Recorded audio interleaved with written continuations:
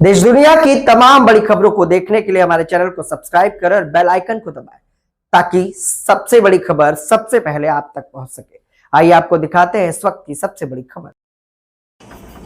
नक्सलियों के खिलाफ अभियान को लेकर चंद्रशेखर का लोकसभा में बड़ा बयान, उठाए कई गंभीर मुद्दे। आइए आपको दिखाते हैं ये खास रिपोर्ट।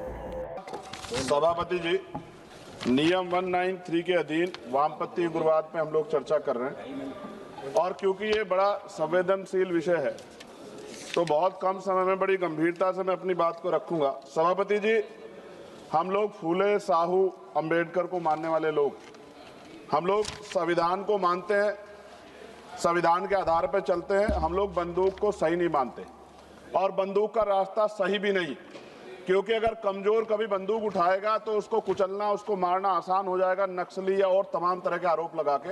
इसलिए बाबा साहब ने कलम की बात की और कलम को हथियार बताया।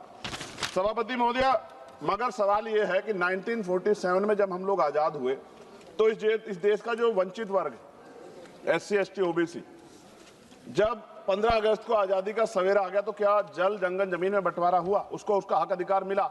अगर उसको जमीन मिल जाती, घर मिल जाता, उसको अवसर मिल जाते तो आज प्रधानमंत्री आवास योजना नहीं चलानी पड़ती। सभापति महोदय, जमीन का राष्ट्रीयकरण नहीं हुआ।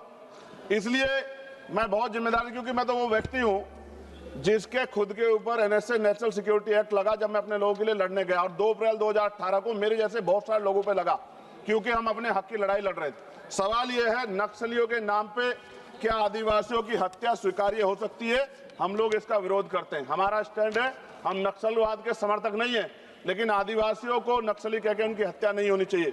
सभापति महोदय, देश की 1/4 आबादी SC, ST, 25% से ज्यादा बड़े समाज के साथ जब जुल्म, जाति, अन्य अत्याचार होता है, उनकी हत्याएं होती है, उनकी बहनों का रेप होता है, उनको मारा जाता है, जलाया जाता है, उनके घरों को फूका जाता है, तब इस सदन में चर्चा क्यों नहीं होती?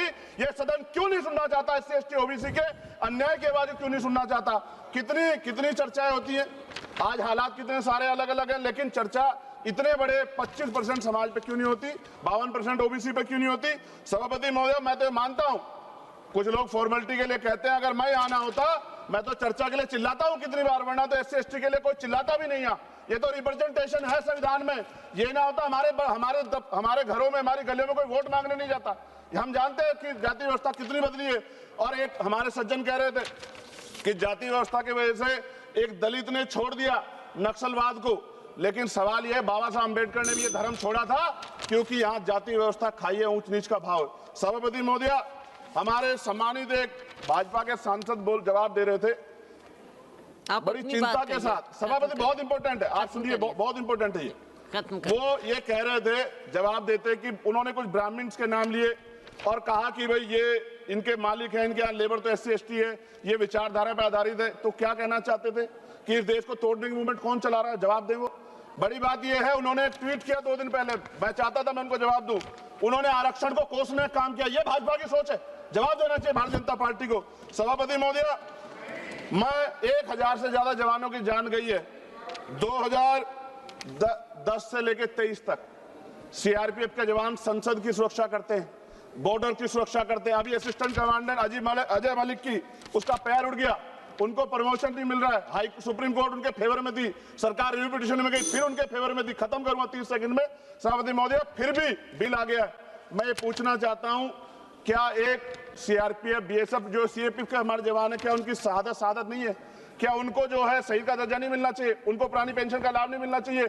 उनको सभापति सुविधाएं नहीं मिलनी चाहिए? सम्मान नहीं मिलना चाहिए? और अंत में सभापति महोदय, इस देश में जवान शहीद होता है, उसको शहीद का दर्जा मिले, उसको सम्मान भी, लेकिन देश की सुरक्षा करते हैं। हम तो सम्मान करते हैं सेना का।